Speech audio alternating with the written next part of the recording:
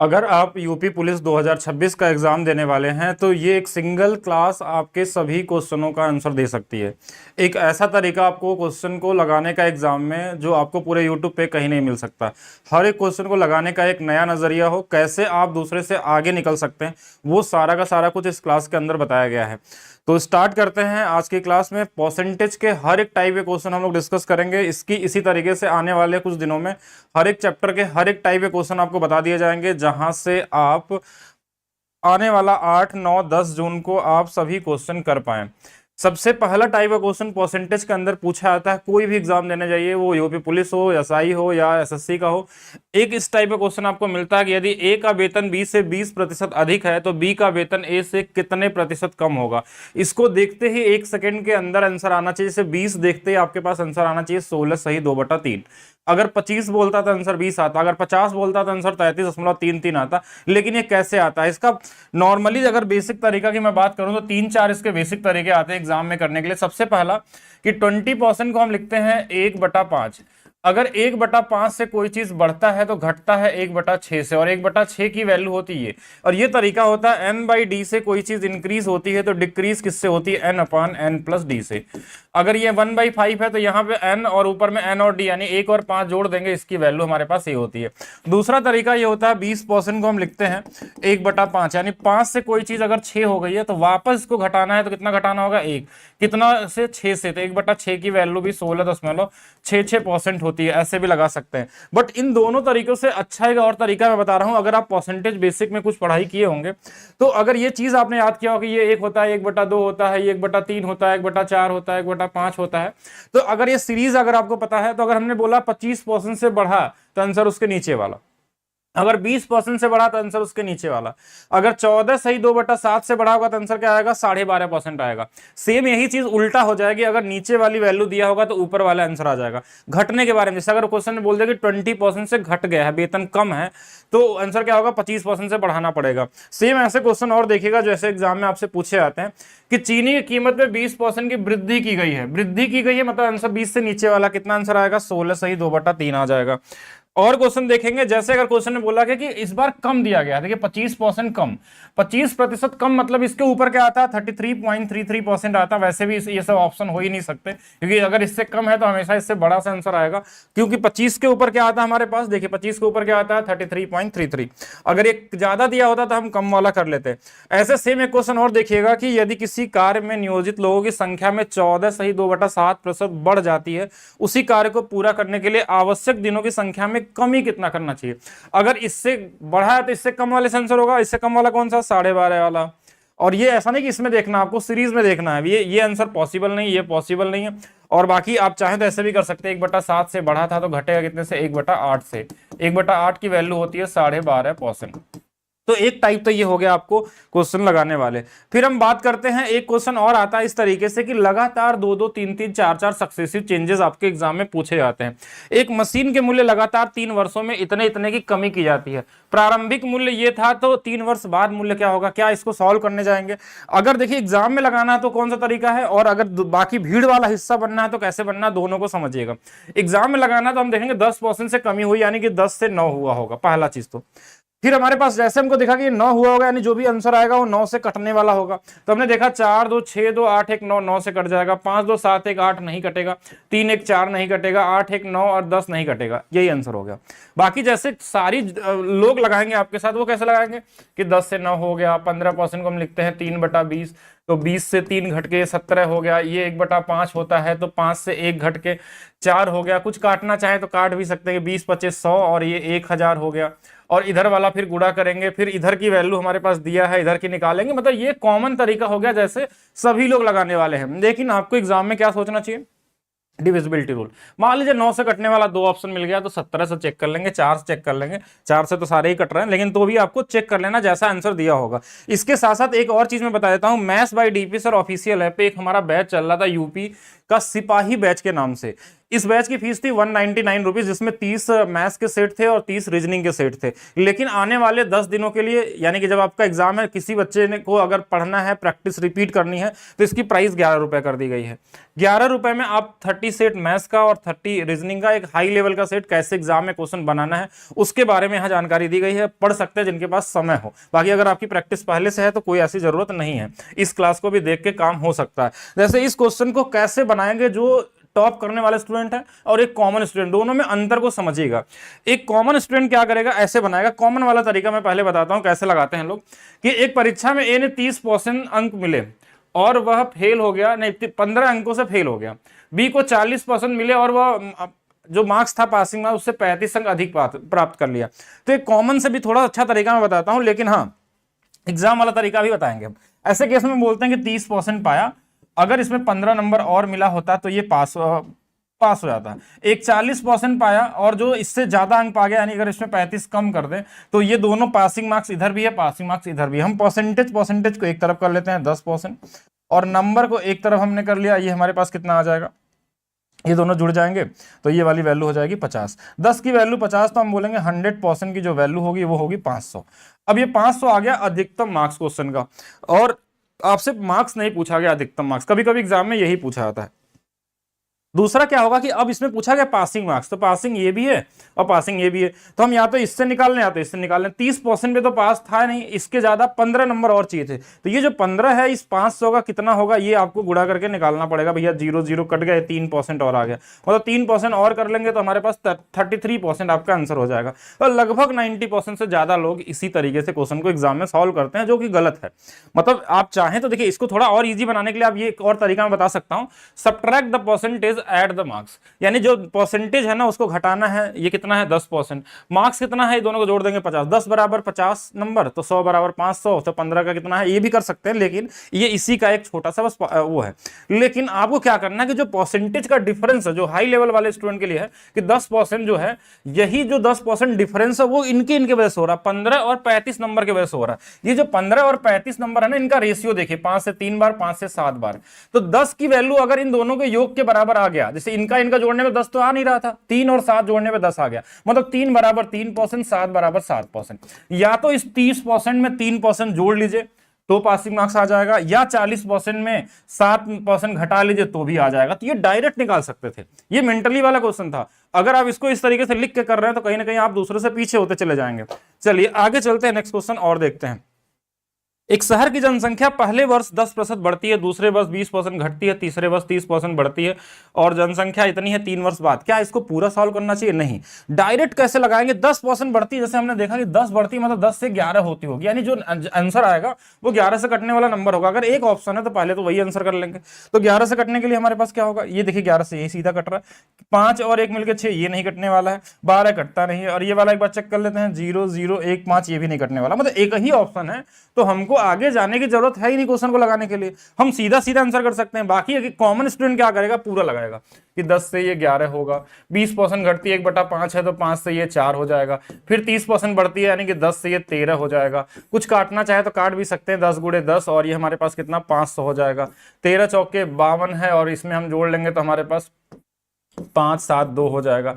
इसकी value question में दिया था 10,000, तो इसकी वैल्यू हमको निकालनी पड़ेगी, लेकिन कहीं ना कहीं ये तो टाइम टेकन होगा, और ये तो कई लोगों से क्या ही कई हजारों लोगों से पीछे हो सकते हैं एक क्वेश्चन को अगर सही समय में नहीं बनाए तो, क्योंकि टाइम सबसे ज्यादा आपको प्रॉब्लम देने वाला एग्जाम में। जो इस बार एग्जाम पेपर होने वाला, पेपर आपका इजी आने वाला है, लेकिन इस चीज का ध्यान देना है कि आपको कम समय में कैसे बनाना। अगर ये अप्रोच नहीं पता है तो आप नहीं कर पाएंगे या फिर मेरिट से बाहर हो जाएंगे। चलिए ये कुछ बेसिक क्वेश्चन भी एग्जाम में मिल सकते हैं, जैसे 400 का 20% निकालना, तो ये परसेंटेज जो है ना 2 जीरो काट देता है, बस 20 चौके 80 हो गया। ये कुछ कॉमन क्वेश्चन ऐसे भी मिल सकते हैं आपके एग्जाम में।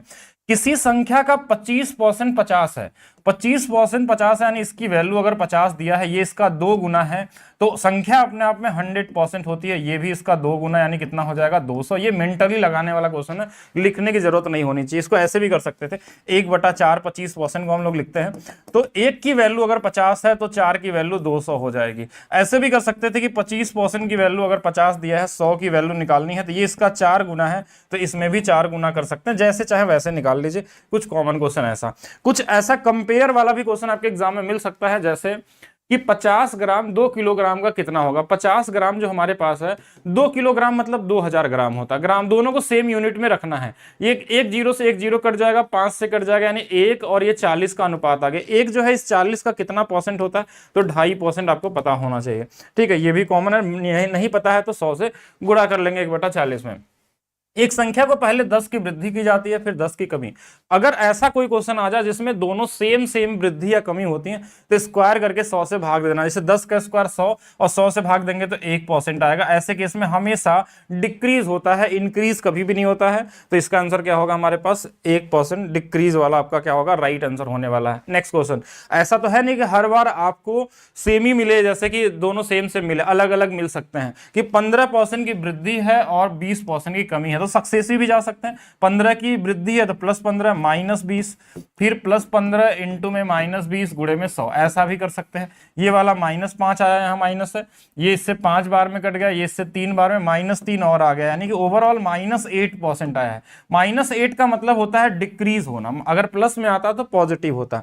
चाहते तो इसको आप रेशियो से भी बना सकते थे, ये 3/20 होता है और ये 1/5 होता है। 20% को हम इतना लिखते हैं, तो 20 से ये 3 बढ़ेगा तो 23 और 5 से 1 घटेगा तो कितना होगा, 4। तो यहां से हमने देखा कि अगर ये 100 रहा होगा तो ये 92 हो गया। कितना हो गया, 8% की कमी हो गई है। ऐसे भी किया जा सकता है। एक वर्ग की भुजा को 10% की वृद्धि की जाती है। अगर मेंसुरेशन में परसेंटेज का यूज किया जाए तो उस केस में हम उसके फार्मूलों का ध्यान रखते हैं। किसके बारे में पूछा गया, क्षेत्रफल के बारे में पूछा गया। अगर क्षेत्रफल के बारे में पूछा गया, एरिया के बारे में, एरिया जो होता है वो ए स्क्वायर होता है, यानी ए यहाँ पे 2 बार है, मतलब यहाँ पे सक्सेसिव 2 बार लगेगा। 10 का मतलब होता है 21, 20 का मतलब 44, 30 का मतलब 69, 40 का मतलब 96, 50 का मतलब 125, 100 का मतलब 300, 5 का मतलब 10.25, 15 का मतलब 32.25। कैसे ये मेंटली लग सकता है, आप भी लगा सकते हैं। जैसे बोला 8% है, 8% से किसी वर्ग का क्षेत्रफल बढ़ाया गया, तो 8 का डबल 16 और 8 का स्क्वायर 64, तो 16.64। 7% से बढ़ गया, यानी 7 का डबल 14 और 7 का स्क्वायर 49, 14.49% से बढ़ेगा। ऐसे 10 है तो 10 का डबल 20, 10 का स्क्वायर कितना, 100, तो उसको हम क्या करते हैं, 2 अंकों में दशमलव लगाते हैं, यानी 21% हो जाएगा। 20 बोला तो 20 का डबल 40, 20 का स्क्वायर 400, 2 अंकों में दशमलव लगा दिया, 4 जोड़ दिया, 44 हो गया। कोई भी नंबर ऐसे मिला, 50 मतलब 125। तो ऐसे इसका अगर आप चाहें तो पूरा भी लगा सकते हैं। देखिए 10 + 10, अब ये 2 ही बार क्यों लगा रहे हैं हम लोग, 2 बार इसलिए हम लगा रहे हैं, 2 बार इसलिए लगा रहे हैं क्योंकि इसमें एरिया जो होता है 2 बार ए आता है। अगर मान लीजिए क्यूब रहता, अगर इसके जगह पे हमारे पास वर्ग के जगह पे क्यूब रहता, तो इस केस में हमारे पास ये ए क्यूब होता, वॉल्यूम के बारे में पूछता, यहाँ 3 बार आता, तो यहाँ आंसर कितना आता, 33.1% से क्या होता, चेंज होता अगर क्यूब देता तो डिपेंड करता कितने वेरिएबल। अगर इसी क्वेश्चन में क्षेत्रफल के जगह पे आपसे परिमाप के बारे में पूछता, परिमाप, तो परिमाप जो होता है उसमें जो होता है वो कितना होता है, 4 होता है। यहाँ ए एक ही बार है, ए एक बार है, तो हमारा आंसर 10% से आएगा। अगर परिमाप बोला जाएगा तो 10% से। विकर्ण कितना चेंज हुआ, तो भी 10%, क्योंकि विकर्ण भी कितना होता है हमारे पास, उसमें भी यूनिट एक ही बार ए आता है। तो जैसा रहेगा उसके हिसाब से आपको एग्जाम में करना है। चलिए नेक्स्ट क्वेश्चन और देखते हैं। एक आयत की लंबाई को 20% से बढ़ा दिया गया, चौड़ाई को 10% से कमी कर दिया गया, क्षेत्रफल में कितना प्रतिशत परिवर्तन। रेशियो से भी कर सकते थे इस क्वेश्चन को, आप चाहते थे इस वाले क्वेश्चन को भी कि एक बार 10 से 11 हुआ, एक बार 10 से 11 हुआ तो 100 रहा होगा, तो 121 हो गया होगा। कितना बढ़ गया होगा, 21%। सेम इसी तरीके से जैसे इस क्वेश्चन में 20% को हम लिखते हैं 1/5, ये 1/10, तो 5 से 1 बढ़ा तो 6 और 10 से 1 कम हुआ तो 9, तो ये 50 रहा होगा तो ये 54 हो गया होगा। अगर ये 100 रहा होगा तो ये 108 हो गया होगा। कितना बढ़ गया, 8%।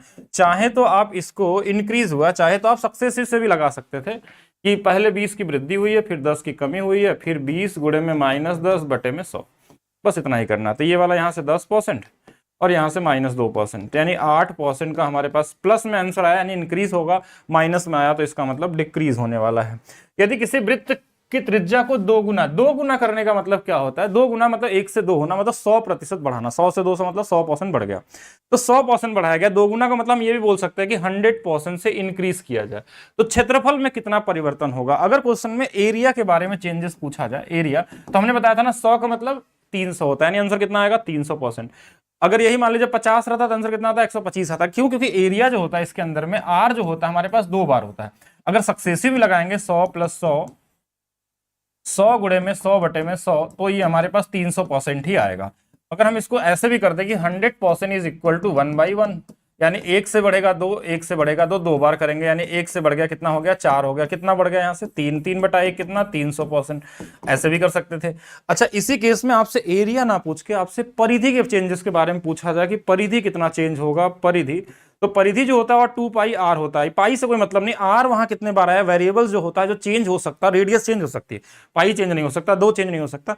तो आर यहाँ पे एक बार है, तो आंसर यहाँ पे क्या होता, सिर्फ 100% हो जाता अगर आर परिधि के बारे में बोलता। तो अगर डायमीटर में चेंजेस बोलता तो भी 100% आता है। यूनिट का ध्यान देना है, कौन कितने बार आया, फार्मूला पता रहेगा तो आसानी से कर देंगे। जैसे इसमें बेलन की त्रिज्या 20% की वृद्धि हो गई।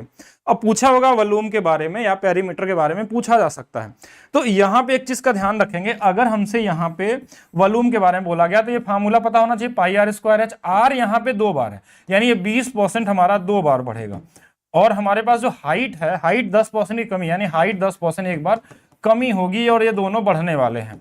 तो इसका मतलब हो गया यहाँ रेडियस दो बार बढ़ेगा, और 20 दो बार बढ़ने का मतलब 44%। ये आपके माइंड में डायरेक्ट आ जाना चाहिए, 20 का 20 40 और 20 का स्क्वायर 400 यानी 44। यानी ये 44 बढ़ा 10 घटा था, यानी डायरेक्ट आप लगा सकते थे कि 44% से बढ़ा 10 से घटा है, 44 गुणे में 10/100। और देखिए घटा है तो माइनस में रखना जरूरी है। ये हमारे पास 34% आ गया, ये वाला माइनस में 4.4% आ गया। देखिए 0 से 0 कट गया, एक इसको पॉइंट लगा देगा, 4 घटा देंगे यानी कि 29.6%। पॉजिटिव है तो ये इंक्रीज होगा, नेगेटिव होता तो क्या होता, डिक्रीज होता है। इसको चाहे तो रेशियो से भी लगा सकते थे, 1/5, यानी 5 से बढ़ा है तो 6, 5 से दो बार लिखा है दो बार लिखेंगे, 10 से एक बार घटा है तो 9।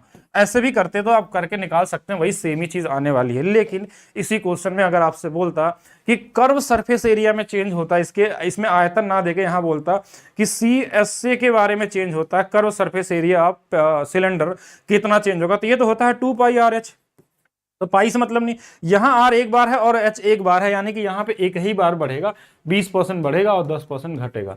फिर 20 गुणे में 10/100 ऐसा कर लेंगे, ठीक है। तो यहां हमारे पास कितना 10 में से 2 चला गया, 8% का चेंजेस आता अगर कर्व सरफेस एरिया बोलता। तो कितने यूनिट कितने बार आते हैं उसका ध्यान देना है आपको। एक क्वेश्चन हमारे पास पास और फेल वाले में एक रेशियो का ये भी क्वेश्चन आता है कि ए बी से 20% अधिक अंक मिलते हैं, तो अनुपात बनाइए ए बी का। किसको अधिक मिलते हैं, ए को मिलते हैं। 20% का मतलब 1/5, अगर बी का 5 होगा तो इसको 6 मिला होगा, यही तो कहना चाह रहा था। फिर हमको बी और सी का अनुपात दिया है, बी सी के बारे में बोला है कि बी सी से 20% कम है, 20% फिर से 1/5 है, किसको कम है, बी को कम है। तो अगर ये 5 होगा तो ये 4 हो जाएगा, क्योंकि कम बोला गया था, इस बार इसमें अधिक था तो इसमें हमने बढ़ा के लिखा था, इसमें कम है तो कम। सी डी से 25% अधिक है, यानी कि यहाँ सी और डी के बारे में बात करें तो कौन अधिक है, सी अधिक है, ध्यान है। तो 25% का मतलब 1/4 से है, यहाँ पे 4 अगर इसको है तो इसको हमारे पास 5 मिल जाएगा। किसको अधिकता, सी को डी से 25% अधिक है, तो ये 5 हो जाएगा। अब आपको देखिए इनको गुणा करेंगे तो ये कट जाएंगे, यहाँ ए बचेगा यहाँ डी बचेगा, ये इसको काट सकता है ये इसको काट सकता है, यानी ये 6 नंबर होगा तो इसको 5 नंबर मिला होगा। ए को मिला है 360 नंबर 500 में से, इसको मिला है 360 नंबर। तो अगर 6 की वैल्यू 6 गुना है तो 5 की वैल्यू 6 गुना पे ये 300 आ जाएगा, यानी हमको डी को मिला है 300 नंबर। लेकिन आपसे परसेंटेज में पूछा ही नहीं, मतलब इसमें नंबर में नहीं पूछा, परसेंटेज में पूछा गया। तो ये जो 300 नंबर पाया इस 500 का कितना होगा, तो 300 जो होगा 500 का 3/5। वैसे तो आपको आना चाहिए 60% डायरेक्ट, कि 0 से 0 कट गया, 1/5 की वैल्यू 20 होती है तो 3 गुना कर देंगे 60% हो जाएगा, इंटू 100 भी कर सकते हैं, एक ही चीज मिलने वाली है आपको। एक मशीन के मूल्य में हर साल 10% की गिरावट आती है, यानी 10 से कितना होता है, ये 9 होता है। और कितने बार, 2 वर्ष के लिए हो रहा है, 10 से 9 हो रहा है, यानी 100 रुपए का सामान होगा तो 81 का हो जाएगा। क्वेश्चन में बोला 81 के सामने 2 जीरो था तो 100 के सामने 2 जीरो लगा दीजिएगा, ये वाला आंसर हो गया। ठीक है, बहुत कॉमन सा क्वेश्चन है। फिर से एक और क्वेश्चन देखते हैं हम लोग। इस क्वेश्चन में क्या बोला गया है कि एक निर्माता एक वस्तु को थोक व्यापारी को 10% के लाभ पे बेचता है। 10% का लाभ का मतलब होता है 1/10, 10 वाले सामान को ये 11 में बेचता है, ठीक है। फिर दूसरा वाला क्या करता है, 20% के लाभ बेचता है, यानी 5 वाला सामान 6 में बेचता है। तीसरा भी है क्या इसमें, 15% की हानि, 3/20, तो 20 वाले सामान को हानि का मतलब ये 17 में बेचता है। तो 20 गुणे 500, 100 यानी कि 1000, 17 6 का 102, और 102 में अगर 11 से गुणा करेंगे यानी ये वाला 2 आ जाएगा, 2 आ जाएगा, 1 आ जाएगा, 1 आ जाएगा, 1122 रुपए। अब 1000 का सामान 1122 में है, क्वेश्चन बोला इतने रुपए में बेच, इसकी वैल्यू हमारे पास है 5610। इसी को ध्यान देखिए, इसका 5 गुना है, बाकी इसके आगे एक जीरो लिखा है इसलिए 50 गुना कर लीजिए, आप भी इसमें 50 गुना कर लीजिए। देखिए 11 × 5 = 55, 22 का भी 5, वही सेम ही चीजें कर सकते हैं हम लोग। 500000 सही तो जीरो लिखे ना, एक बार जीरो देख लीजिएगा, ठीक है। तो बी वाला आपका क्या होगा, राइट आंसर होने वाला है। चावल की कीमत में 20% की कमी होती है। अब व्यक्ति 400 रुपए में 5 किलो अधिक चावल खरीद पाता है, तो प्रति किलो मूल कीमत क्या है, देखिए इसमें दो कीमत पूछी जाती है, एक मूल कीमत और एक हमारे पास नया वाला कीमत। तो एक कॉमन सेंस से मैं लगाने का तरीका बताता हूं, एग्जाम में बिना लिखे कैसे लगाएंगे ऐसे क्वेश्चनों में।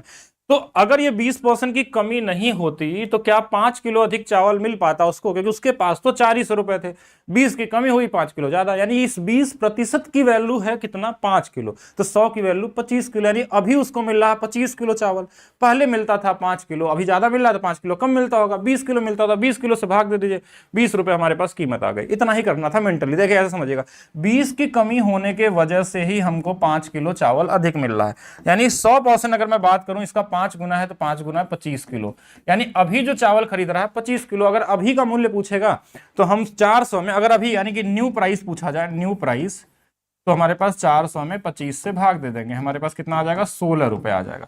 लेकिन पुराना प्राइस पूछा जाए, ओल्ड इनिशियल प्राइस, अगर इनिशियल प्राइस तो इसी 400 में, पहले देखिए अभी 5 किलो ज्यादा खरीद रहा है तो पहले कितना खरीदता होगा, 20 किलो, यानी 20 रुपए आ जाएगा। तो ये आंसर हो जाएगा। और चाहे तो इसका लगाने के और भी तरीका है कि जब हमारे पास प्राइस फिक्स होता है, एक्सपेंडिचर फिक्स होता है, तो रेट जो होता है ना, रेट का अनुपात कंजप्शन का अनुपात एक दूसरे के रेसिप्रोकल हो जाते हैं, तो यहां पे एक दूसरे के उल्टे हो जाते हैं। तो प्राइस हमारे पास 1/5 की कमी हुई थी, 1/5 कमी, यानी 5 वाला सामान हमने 4 में बेचा था, तो कंजप्शन 4 के जगह में 5 हो जाएगा, क्योंकि बढ़ जाएगा, कितना बढ़ गया, 1 बराबर 5 किलो, यानी कि 5 बराबर 25 किलो और 4 बराबर हमारे पास 20 किलो। पुराना प्राइस चाहिए तो ये वाला, नया प्राइस तो ये वाला, यानी कि हम 400 में 20 से अगर भाग दे दें तो हमारे पास 20 रुपए किलो आ जाएगा, और यहां अगर 400 में 25 वाले से भाग दे तो 16 रुपए किलो के हिसाब से आ जाएगा। कभी कभी ये भी एग्जाम में पूछा जा सकता है कि पुराना वाला प्राइस और नए वाले प्राइस का अंतर कितना है, तो आप बोलेंगे 4 रुपए प्रति किलो, अंतर पूछा जाए तो 4 रुपए प्रति किलो का अंतर है, ठीक है। तो ये कॉमन सा क्वेश्चन हो गया,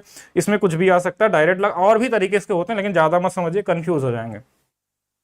पेट्रोल की कीमत में 10% बढ़ जाता है और एक व्यक्ति अपना खर्च 5% से केवल बढ़ाता है, उसे अपनी खपत में कितने प्रतिशत की कमी करनी होगी। देखिए अगर डायरेक्ट आंसर चाहिए खपत का, यानी सी कंजप्शन का, तो 10% बढ़ा तो आप लिखिए 110, 5% बढ़ा तो लिखिए 105, बस यही अनुपात है खपत का, बस इतना ही होता है। कितने की कमी हो गई तो बोलेंगे 5 की, किस पे हो गई, तो 110 पे हो गई, इनटू में 100 कर लीजिए, 0 से 0 कट गया, ये 50/11, तो 11 चौक 44, फिर 11 हमारे पास कितना 6 बच जाएगा, 11 पचे 55, लगभग 4.55 समथिंग आता है, तो यही आंसर हो जाएगा। अगर इसके पीछे का लॉजिक समझना चाहते हैं तो ये समझिए कि एक्सपेंडिचर बराबर होता है रेट इनटू में कंजप्शन, अगर कंजप्शन की वैल्यू चाहिए तो यही एक्सपेंडिचर ऊपर, रेट नीचे आ जाएगा, ऐसा कर सकते हैं। तो एक्सपेंडिचर जो था ये वाला, ये बढ़ा है 5%, मतलब ये 100 रुपया रहा होगा तो 105 हो गया होगा।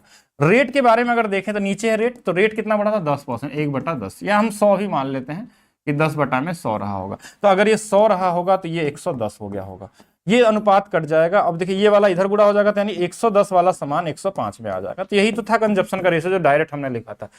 और भी तरीके से चाहे तो बता सकता हूं मैं इसको, और अलग अलग तरीके से कर सकते हैं कि हमारा जो ये वाला फार्मूला भी लगा सकते हैं, x+y xy/100, इसकी जो वैल्यू है ये रिजल्ट है 5%, तो 10% से बढ़ा था 10, हम दूसरे वाले को y मान लेते हैं, ये 10 गुणे में y/100 बराबर में हमारा 5%, यहां से भी y का वैल्यू निकालेंगे तो हमारे पास 4.5 अप्रॉक्स आ जाएगा, ठीक है। अप्रॉक्स का मतलब एग्जैक्ट वैल्यू नहीं है, ये लगभग आ जाएगा। और तरीके से जानना चाहे तो ऐसे भी लगा सकते थे कि भैया रेट जो था, रेट और कंजप्शन का गुणा करने पे हमारे पास एक्सपेंडिचर आता था। ये रेट जो बढ़ा था, मैं अलग से दिखा देता हूँ कि रेट का कंजप्शन का जब हम मल्टीप्लाई करते हैं तो हमारे पास एक्सपेंडिचर आता है। रेट बढ़ा था 10% से, 10 से 11, और कंजप्शन था हमारे पास ए से बी जो नहीं पता, यही तो पूछा गया था, ये दिया था 5%, यानी ये 20 से कितना हो गया था, 21 हो गया था, यही क्वेश्चन में दिया गया था, 5% ही दिया था, कमी बढ़ाया था, ठीक है, 1/20, तो हमारे पास 20 से 21 हो गया। अब यहां से ए बी का मान निकालना है, तो ए बी का मान निकालना, देखिए इधर वाला इधर गुणा हो जाता है, इधर वाला इधर हो जाता है, तो ये वाला हमारे पास 11 दूना 22, 220 हो जाएगा, ये हमारे पास 210 हो जाएगा, वही सेमी अनुपात बनेगा, ये 11 और 11 नहीं, यही वाला बन जाएगा। कितने की कमी हो गई तो बोलेंगे 1/22 के, 1/22 हमारे पास कितना आता है 4.5% अप्रॉक्स आंसर आता है। ऐसे भी लगा सकते हैं, ज्यादा टाइम नहीं देना, आगे करिए। ये बड़ा इंपॉर्टेंट क्वेश्चन है, ये आने का पूरा संभावना कि आपके एग्जाम में मिलेगा ये क्वेश्चन, इसके लिए तो रेडी रहिएगा, ये आता ही आता है। एक आदमी अपनी आय का 80% खर्च करता है, यानी ये 2-3 तरीके से दे सकता है, ये बोल सकता है 80% खर्च करता है, या आपको डायरेक्ट बता देगा कि खर्च और सेविंग का अनुपात, ऐसा भी दे सकता था। क्योंकि खर्च सेविंग का अनुपात बराबर इनकम होता है हमारे पास। जो खर्च करते हैं पैसा और जो बचा हुआ इन दोनों को जोड़ेंगे तो इनकम आता है। ये अनुपात डायरेक्ट दे सकता है या तो परसेंटेज में बता दिया कि भैया 80% अगर खर्च करते हैं, ऐसे सोचिए 80% खर्च करते हैं तो 20% बचाते होंगे, ऐसे तो खुद कॉमन तरीके से सोच सकते हैं। यानी इनके बीच का अनुपात 4:1 है। ये डायरेक्ट भी बोल सकता था कि 4 और 1 का अनुपात है सेविंग और इनके बीच में, तो दोनों मिलकर 5 रुपए कमाता होगा। अब क्वेश्चन चालू होता है इसके बाद। उसकी आय में 20 की वृद्धि हो गई, 20 से इसमें गुणा कर लीजिए, आय वाले में। खर्च में 10 की वृद्धि हो गई, कमी होता तो माइनस से गुणा करते, 10 से गुणा कर लीजिए। सेविंग के बारे में पूछा होगा, इसमें x से कर लीजिए, ये वाला 40, ये वाला x, ये वाला 100, तो x की वैल्यू 60 आ गई। इसके अलावा और कोई मेथड मत करिएगा इसको बताने के लिए, तो मैं आपको इसको 5, 6, 8 तरीके बता सकता हूँ इस क्वेश्चन को करने के लिए। एलिगेशन भी इसमें यूज होता है। परसेंटेज चेंज जैसे अगर मैं बात करूँ, कहाँ था 20% चेंज, ये 20% बीच में आता है। एक्सपेंडिचर 10% का था, सेविंग x मान लीजिए, इनका अनुपात हमारे पास दिया था 4 और 1 का, इनके बीच का अंतर कितना है हमारे पास 10 है, 1 बराबर 10, 10 बराबर 1 कितना आ जाएगा 40, 40 और 20 ये वाला 60। मतलब बहुत तरीके से कर सकते हैं, परसेंटेज से भी कर सकते हैं, लेकिन आपको जीएसएम वाला मेथड लगाना है जो मैंने यहाँ बताया, ये सबसे सफिशिएंट होगा। इसको और तरीके से ज्यादा नहीं सोचना, यही सबसे कॉमन और सबसे हर एक क्वेश्चन में एप्लीकेबल है, हर एक क्वेश्चन में, ठीक है, जैसा भी क्वेश्चन आ जाए। कुछ और कॉमन क्वेश्चन आपके एग्जाम में आ सकते हैं। एक ही मासिक आय 25,000 रुपए है, वह इसका 60% खर्च करता है, वार्षिक बचत। ऐसे क्वेश्चनों में लैंग्वेज का थोड़ा ध्यान रखेंगे। वार्षिक बोला मतलब 12 महीने का करना है, तो 12 से गुणा होगा, 12 से कटने वाला नंबर ये नहीं है। और वैसे तो ये भी नहीं, चले ठीक है, ये कई ऑप्शन मिल जा रहे हैं तो उसको छोड़ते हैं। तो इसका 60% खर्च करता है तो बचाता कितना होगा 40%, 40% ऑफ 25,000। इसी में 12 का गुणा भी कर लीजिएगा। देखिए ये 2 जीरो परसेंटेज को काट देगा, 25 चौके 100 हो गया, बाकी हमारे पास 2 जीरो और आ गए, 12 से गुणा हो गया, ये वाला आंसर हो गया। तो कॉमन क्वेश्चन, ऐसे क्वेश्चन में परेशान नहीं होना है। एक व्यक्ति अपनी आय का 20% बड़े बेटे को, 20% का मतलब होता है 1/5, तो 5 से 1 अगर दे दिया तो कितना बचेगा इसके पास 4 रुपए बचेगा। अच्छा, इसमें हमने रेशियो क्यों लगाया, क्योंकि क्वेश्चन के आगे दिया शेष। शेष का मतलब होता है रिमेनिंग, यानी कि बचे हुए का अब खर्च करना है। अगर ये शेष वर्ड नहीं बोलता और बोलता और 30% किसी और को दे दिया तो हम सीधा जोड़ लेते 20 और 30, 50, 10, 60 बोलते 40 ही बचा है। लेकिन अगर शेष बोल दिया तो आपको रेशियो बनाना पड़ेगा। ये होता है 3/10, यानी कि अब 10 में से 3 फिर से खर्च किया तो बचा कितना 7। फिर शेष देखिए, शेष आ गया 10%, 10% मतलब 1/10, तो 10 से फिर 1 खर्च करेगा तो कितना बचेगा 9 बचेगा। उनके पास इतना बचा, देखिए ये 10, 10 और ये कितना हो जाएगा 500। इनको गुणा कर लीजिए, 28, 28, 9 8 72, 9 दूना 18 और 7 25। इसकी वैल्यू क्वेश्चन में दिया है 1008। ये ध्यान से देखिए, इसका 4 गुना होता है, 4 गुना। देखिए 250 होगा 1000, 2 का 4 गुना 8 होता है। बाकी इसके आगे जीरो लगा तो इसके आगे जीरो लगा तो इसकी वैल्यू आ जाएगी आपके पास। तो ये हमारे पास 5 चौके 20, 20,000 वाला आपका क्या होगा राइट आंसर हो जाएगा। ये कॉमन क्वेश्चन है, ठीक है। इसको आपको रेशियो से भी लगा सकते हैं और डायरेक्ट भी सोच के लगा सकते हैं, डिपेंड करता है कैसा क्वेश्चन दिया गया है। एक छात्र को पास होने के लिए 40% अंक चाहिए, पास फेल वाले क्वेश्चन को भी समझिएगा। उसे 90 अंक मिलते हैं, वह 10 अंकों से फेल हो गया। यानी अगर वो 40% पास के लिए चाहिए, 90 मिला है, 10 और मिल जाता तो पास जाता। यानी कि जैसे 40% की वैल्यू आपसे पूछा जाए तो आप बता सकते हैं 100 होगा। कैसे? क्योंकि 90 तो मिला था, 10 और मिलता तो 40 के बराबर होता है। अब इसको जैसे चाहे वैसे लिख सकते हैं। 100% की वैल्यू चाहिए, बोलेंगे इसका 2.5 गुना होता है, तो इसमें भी 2.5 का गुना कर सकते हैं, ये 250 हो जाएगा। अगर जिसको 2.5 गुना नहीं दिख रहा तो 40% को ऐसे लिख सकता था, 40% 2/5 होता है। 2 की वैल्यू 100 है, 5 की वैल्यू 250 हो जाएगी। ये इससे 50 गुना, ये भी 50 गुना में 250, ठीक है, सिर्फ केवल 250। ऑप्शन नंबर बी आपका क्या होगा राइट आंसर होगा यहाँ पे। नेक्स्ट देखिएगा, इलेक्शन बेस्ड क्वेश्चन, ये भी आ सकता है। देखिए जो क्लास में बताया जा रहा है इसके अलावा कुछ नहीं आ सकता। आप चेक कर लीजिएगा एग्जाम के, अपना जो भी आप देंगे, 8 को दीजिए, 9 को दीजिए, 10 को दीजिए।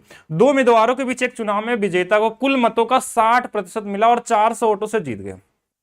तो कुल वोटों की संख्या, ये कॉमन सिंगल लाइन वाले क्वेश्चन होते हैं, इसको रेशियो भी लगा सकते हैं आप। ऐसे खुद सोचिए, अगर कोई 60% मिला है तो हारने वाले को 40 मिला होगा, जीता कितने वोटों से होगा 20%, बस 20% की वैल्यू 400 दिया है, 100% निकाल लीजिए। ये इसका 5 गुना, ये भी 5 गुना, 2000 आंसर। चाहे तो ऐसे भी कर सकते थे, एक को 60 मिला है तो एक को मिला होगा 40, जीता होगा 20% से। 20% का मतलब 1/5, यानी 5 में से 1 वोट से जीता है, 1 बराबर 400 दिया है, तो 5 बराबर हमारे पास 2000 हो जाएगा। इतना ऐसे भी कर सकते थे, इसका यूज पड़ेगा आगे। नेक्स्ट क्वेश्चन देखिएगा, एक चुनाव में 10% मतदाताओं ने अपना वोट नहीं डाला, एक वोट डाले गए कुल मतों का 55% और 2000 वोटों से जीत गया। हाँ, 2000 वोटों से जीत गया। और कुल हमारे पास मतदाता थे कितने थे ये पूछा गया। देखिए ध्यान समझिएगा, टोटल मतदाता कितने रहते हैं 100%, नहीं डालने वाले 10% है, और कुल मतों का देखिए, कुल मतों का 55% मिला है, 55%। हारने वाले को कितना मिलेगा, वही 55% से जो घटा देंगे 2000 वही वाला होगा। 55 55 110 120 100 में से घटा लेंगे, यानी 20% की जो वैल्यू है वो 2000 है। बस 100% निकालना है, 5 गुना कर लीजिए, 10,000 आंसर आपका आ जाएगा। इतना ही करना था, कॉमन क्वेश्चन।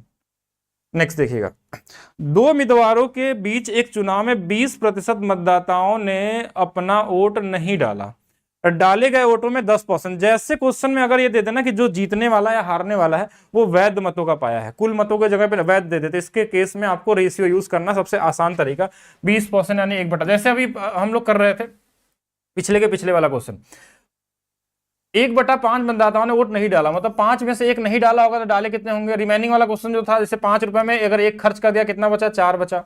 10% अवैध हो गए, मतलब अगर मान लीजिए कि शेष बचे हुए को 10% दे दिया, 10 में से 1 खत्म हो गया तो कितना बचेगा, 9 बचा होगा। फिर बचा होगा कि वैध मतों में जो है ना वो 60% प्राप्त किया है और इतने वोटों से जीत, देखिए ये क्या दिया है, जीत दिया है, यानी अगर एक 60 पाया होगा, दूसरा 40 पाया होगा, जीता कितने से होगा, 20% से। 20% का मतलब 5 में से 1 वोट मिला है।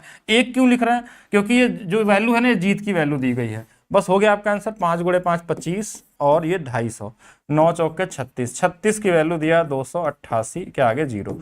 8 गुना पे होगा ना, 8 छंग 48, 8 24, हाँ 80, 80 गुना पे, तो ये भी 80 गुना पे हमारे पास आ जाएगा, 25 गुणे 8, 20,000 आपका राइट आंसर हो जाएगा। कॉमन क्वेश्चन है, ठीक है। नेक्स्ट क्वेश्चन देखिएगा, दो उम्मीदवारों वाले एक चुनाव में 68 वोट अवैध हो गए, जीतने वाले उम्मीदवार को 52% मिला। अगर एक को 52 मिला होगा, दूसरे को 48 मिला होगा, जीता कितने से होगा, तो बोलेंगे एक को 52 एक को 48, तो ये 4% जीत गया होगा, 4% से जीता होगा, 4% से, और इतने वोटों से चुनाव जीता, यानी इसी की वैल्यू तो ये दिया गया है। 4% का मतलब होता है 1/25, यानी 25 में से 1 वोट से जीता, 1 बराबर 98, तो 25 बराबर 98, 25 गुणे 100, 2500, 50 घटा लेंगे, 2450, 2450 वोट टोटल थे, जिसमें 68 तो अवैध थे, इनको भी जोड़ लीजिए इसके अंदर में। टोटल वोट पूछा गया था, ये 2500 कितना हो जाएगा, 2508 लास्ट में ना, हाँ तो 2518 वोट हो जाएंगे, ये आंसर हो गया। ये भी कॉमन था। कुछ क्वेश्चन वेन डायग्राम वाले भी आते हैं, इसमें एक चीज का बस ध्यान देना है कि सभी को आपको क्या करना है, सेम फॉर्मेट में रखना है। जैसे कि अगर जैसे क्वेश्चन बोला 70% पास है, 80% गणित में पास है, 10% दोनों में फेल होगा, तो ये तीनों सेम होने चाहिए। अगर ये पास है तो ये भी पास में होना चाहिए, या ये फेल है तो ये फेल में होने चाहिए। अगर अलग अलग रखेंगे तो गलत आ जाएगा आंसर। देखिए ये फेल वाला है ना, तो इसी में इसको देखिए, इसमें कितने फेल होंगे, 30%, इसमें कितने फेल होंगे, 20%, हो गया आपका काम। अब आपको जोड़ना कि टोटल कितने फेल है, अगर ये निकालना हो, देखिए 10% फेल है, 10 तो ये रहेगा ही रहेगा, ये 30 दिया है ना, तो इसको इसमें घटा लीजिए, कितना बचे इसमें, 20% और फेल हो गए। अच्छा यहाँ पे हमारे पास 20% है, 10 में से 20 घटा लेंगे, ये 10% और फेल होगा। टोटल कितने फेल होगा, तो बोलेंगे टोटल 40% फेल होगा। तो पास कितने रहेंगे, 60%। इसी की वैल्यू देखिए दिया है कि पास वाले हैं, 60 बराबर 144 है। इसको चाहे तो ऐसे लिख सकते थे 3/5, 3 की वैल्यू 144 है, 3/5 हम 60 को लिखते हैं, तो अब यहाँ 5 की वैल्यू निकाल लीजिए। देखिए 3 चौके 12, 3 8 24, 4 48 गुना पे 48 गुणे 5 यानी 250 से कम कितना, 10, 240 आ जाएगा। गुणा करके निकाल लीजिए। जैसे देखिए यहाँ पे 60% चाय पसंद करते हैं, 50% कॉफी पसंद करते हैं, ये दोनों ये सभी पसंद करने वाले हैं, तो इनको सेम नहीं करने की जरूरत है। इसको देखिए 20 तो रहे ही गए, इसमें से कितना अंतर है, 40, 40 जोड़ लीजिए। ये वाला कितना है, इसका अंतर कितना है, 30 का जोड़ लीजिए। ये सभी पसंद करने वाले आ गए, 40 30 70 और 20 90, 90% लोग हैं जो कुछ ना कुछ पसंद तो करते ही करते हैं। तो 10% ऐसे लोग हैं जो तो ना तो कॉफी पसंद करते होंगे ना तो चाय पसंद करते होंगे। नेक्स्ट देखिएगा, एक क्वेश्चन ऐसा भी आ सकता है आपके एग्जाम में, क्योंकि पूछा भी गया है, यूपीएसआई 2017 वाले में भी आया था ऐसा क्वेश्चन, आपको क्लास में भी कराया गया है कई बार। 3 वाला वेन डायग्राम जो क्वेश्चन आता है, इसको कैसे बनाते हैं एग्जाम में, पहले तो 3 गोले बना लीजिए। अगर आपको समझ में आ गया कि वेन डायग्राम वाला क्वेश्चन है तो ये बहुत आसानी से आ सकते हैं। शुरू आपको पीछे से करना। सबसे पहले किसके बारे में पूछा गया वो देखिए, कितने छात्र केवल बास्केटबॉल खेलते हैं, तो किसी एक को बास्केटबॉल बना लीजिए, मतलब ये वाला बास्केट, अभी हमको नहीं पता और क्या क्या चीज होता है। 5 छात्र खेल खेलते हैं, तीनों खेल, तो ये 5 ये बीच वाला आ गया, ठीक है, ये पहला काम भर दिया आपने। फिर और पीछे आइए, उसके बाद बोला 15 छात्र हैं क्रिकेट और बास्केटबॉल वाले, 15 छात्र जो हमारे पास हैं, 15 छात्र जो हैं क्रिकेट बॉल, देखिए एक बास्केटबॉल है तो क्रिकेट इससे बना लेते हैं। अब इन दोनों में ये 15 ये होने चाहिए, यहां से यहां तक 15, तो ये 5 पहले से था तो ये वाला 10 आ गया, ठीक है, ये हो गया हमारे पास। फिर पीछे आइए, बास्केटबॉल और फुटबॉल 20 लोग हैं, तो फुटबॉल है तो इसको फुटबॉल बना लीजिए। और ये बास्केटबॉल फुटबॉल वाले कितने लोग हैं, तो 20 लोग हैं। अगर ये 5 है तो ये कितना होगा, 15 हो जाएगा। कैसे, क्योंकि ये दोनों मिला के 20 होने चाहिए, क्योंकि दोनों में कॉमन ये वाले हैं। अब और आगे चाहे तो निकाल सकते हैं, लेकिन हमसे पूछा गया था बास्केटबॉल ही, तो हम इधर वाले क्यों भरने के टाइम वेस्ट करें, हम सीधा बास्केटबॉल देखेंगे। कितने लोग हैं बास्केटबॉल में, कहाँ है देखिएगा, बास्केटबॉल में 48 लोग हैं। ये टोटल गोला 48 का होना चाहिए था, तो ये 10, ये 15, और यानी कि ये 15 15 30, तो बचा ये वाला 18। ये 18 कौन है, ये 18 लगो जो केवल बास्केटबॉल खेलते हैं। और यही पूछा गया होगा कितने छात्र केवल बास्केटबॉल खेलते हैं। टोटल छात्र कितने हैं, 48। ऐसे कितने लोग होंगे जो बास्केटबॉल और क्रिकेट खेलते हैं लेकिन फुटबॉल नहीं खेलते, तो कितने होंगे, 10 होंगे। तो ये कुछ भी पूछा सकता है, यहाँ पे 18 आपका क्या होगा, राइट आंसर होगा। इतना ही करना है परसेंटेज में, इससे ज्यादा पढ़ने की जरूरत नहीं है। आप जाइएगा, इसी में से आपको क्वेश्चन आपको एग्जाम में मिल जाएंगे, जो भी क्वेश्चन आपके एग्जाम में पूछे जाने वाले हैं। बाकी अगर आपको वीडियो अच्छी लगती है तो लाइक करिए, शेयर करिए, कमेंट करके बताइए। और जिनको अभी भी समय है, अगर प्रैक्टिस करना चाहें तो maths by DP sir official app के ऊपर में आपको सिपाही बैच जो प्राइस था उसका 30 यानी कि 60 सेट होगा मैथ्स रीजनिंग का मिला के, उसको 11 रुपये कर दिया गया है आने वाले 10 दिनों के लिए। ठीक है, तो ये 30 सेट है, ये maths by DP sir official app पे मिल जाएगा आपको। और इसके अलावा आप कमेंट करके बताइएगा, जल्दी ही आपको और वीडियो अपलोड कर देंगे हम लोग, जैसे प्रॉफिट लॉस डिस्काउंट का एक साथ आ जाएगा, CISI का एक साथ मिल जाएगा, और जो भी अर्थमेटिक वाले जितने चैप्टर है उसको हम लोग 3-4 दिन के अंदर करेंगे इस पर, जो आपको अपलोड होगा। आप लोग वीडियो को लाइक करिए, कमेंट करके बताइए, उसके हिसाब से आपको अपलोड किया जाएगा। मिलते हैं नेक्स्ट क्लास में।